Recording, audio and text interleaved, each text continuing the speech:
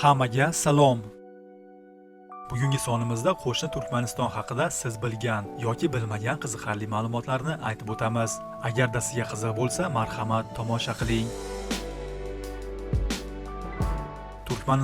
Turkmaniston Respublikasi O'rta Osiyoning janubiy g'arbida joylashgan davlat. Mamlakat quruqlikda 4 ta davlat bilan chegaradosh. Ular Eron, Afg'oniston, O'zbekiston va Qirg'iziston. G'arbdan esa Kaspiy dengizi yuvib turadi. Maydoni 491 ming km². Tenglashtirish uchun O'zbekistonning yer maydoni esa 447 ming km²ni tashkil etadi. Katta shaharlari Ashxobod, Turkmenobod, Dashog'uz, Balkonobod, Turkmenbashi va Mari. 2016 yil hisobotiga ko'ra Turkmanistonning aholi soni 5.240.000 kishini tashkil etdi. Poytaxti Ashxobod shahri, pul birligi manat, davlat tili turkman tili, davlat boshlig'i prezident Gurbanguli Malikguliyevich Berdimuhamedov, Turkmanistonning ikkinchi va hozirgi prezidenti.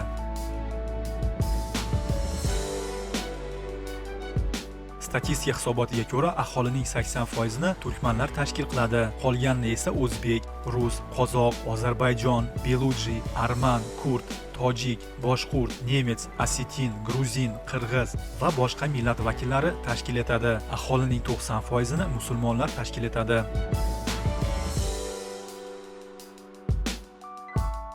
Turkman bo'ribosarlari, ahaldagi ot zotlari davlatning milliy xazinalaridan biri hisoblanadi. Bo'ribosarlarni davlatdan tashqariga chiqarish taqiqlangan. Undan tashqari ilon va ari zaharini, momiyo, ayrim qimmat toshlarni, qizilmiya o'simligi, asalari yelimini ham davlat tashqarisiga chiqarish taqiqlangan.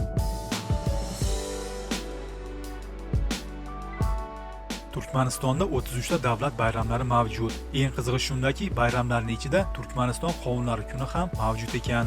Mazkur bayram avgust oyining har ikkinchi yakshanbasida nishonlanadi.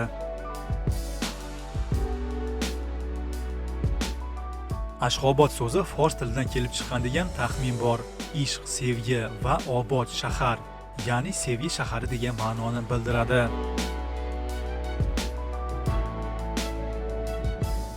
Yana bir qiziqarli fakt, 2011-yilning 1-sentyabr kuni Turkmanistonning barcha birinchi sinf o'quvchilariga davlat tomonidan noutbuk sovg'a qilingan. Hisoblariga ko'ra $26 million sarf qilingan. Turkmanistonning birinchi prezidenti Niyazov Saparmurat Atayevich davrida uning sharafiga atab mamlakat bo'ylab e'tibor qiling 14 mingdan ziyod haykallar barpo qilingan. Turkmanboshining Ashxoboddagi haykali oltindan barpo etilgan. Biroq birinchi prezident Saparmurat Niyazovning o'limidan so'ng ayrim haykallar olib tashlangan. Undan tashqari Sodiqlik qasamyodidan va davlat madhiyasidan ham uning nomi olib tashlangan.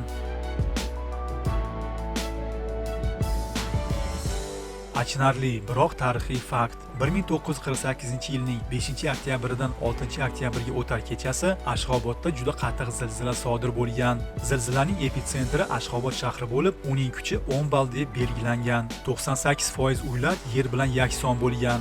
Halok bo'lganlar soni turlicha yozilgan. Ayrimlar 60-70 ming desa, ba'zi manbalarda esa 100 mingdan ortiq kishi halok bo'lganini yozishadi. 1995-yildan buyon 6-oktyabr xotira kuni deb e'lon qilingan.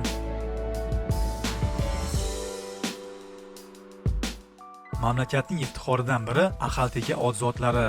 Ular 5000 yillik tarixga ega bo'lib, hozirgi kungacha boshqa ot zotlari bilan chachishtirilmagan. Angliya qirollari, arab shayxlari, Ivan Grozniy, Iskandar Zulqarnayn va boshqa ko'plab davlat qo'mondonlarining otlari ham aynan shu zotlardan bo'lgan. Ahaldikaning eng yaxshi ot zotlarini $3 million deb baholashadi.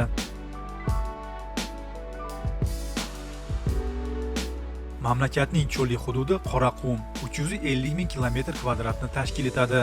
Jazirama yoz kunlari havo harorati +50 gradusgacha, qumning issiqligi esa +80 gradusgacha boradi. Eng qizig'i shundaki, Qoraqum cho'llarida qish kunlari -30 gradusgacha sovuq bo'ladi.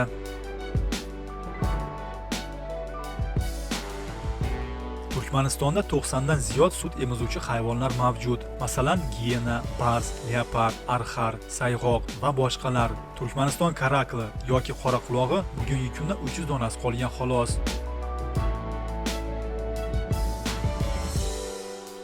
Yana bir qiziqarli ma'lumot.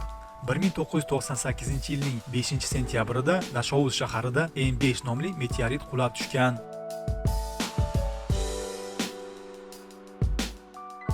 Turkmanlar turkiy millatlar guruhiga kiradi. Asosiy xalqi islom diniga e'tiqod qiladi. Turkmanlarning bir qismi Eron, Afg'oniston va Rossiyada istiqomat qilishadi. O'zbek va turkman xalqlari azaldan iqtisodiy, madaniy va adabiy aloqada bo'lib kelganlar. Boshqa turkiy xalqlar qardosh xalqlar hisoblanishadi. Eng yaqinlari turklar va ozarbayjonlar. Bugungi kunda yer yuzi bo'yicha 8,5 million turkman aholisi mavjud. Undan 4,5 millioni Turkmanistonning o'zida, 1,5 millionga yaqini Eronda, 1 millionga yaqini Afg'onistonda, 500 mingtasi Turkiyada, 150 mingtasi O'zbekistonda, Rossiyada, Tojikistonda, Qirg'izistonda, Qozog'iston va boshqa davlatlarda istiqomat qilishadi.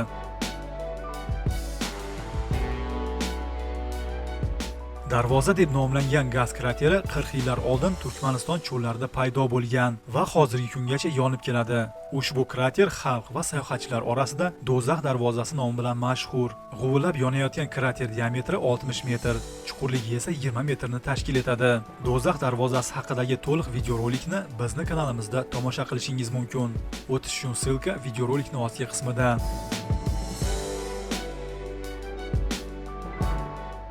Bugungi kunda 1 AQSh dollari 3,5 manatga teng.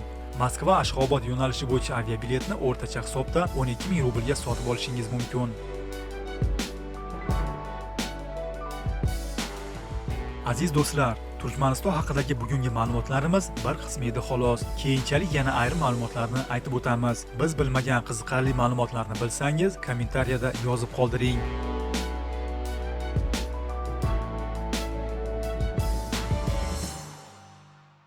Yangi va qiziqarli videoroliklarni o'tkazib yubormay desangiz, kanalga obuna bo'ling. Agarda videorolik yoqqan bo'lsa, like ni bosing va keyingi videoroliklarni tomosha qiling. Omon bo'ling do'stim.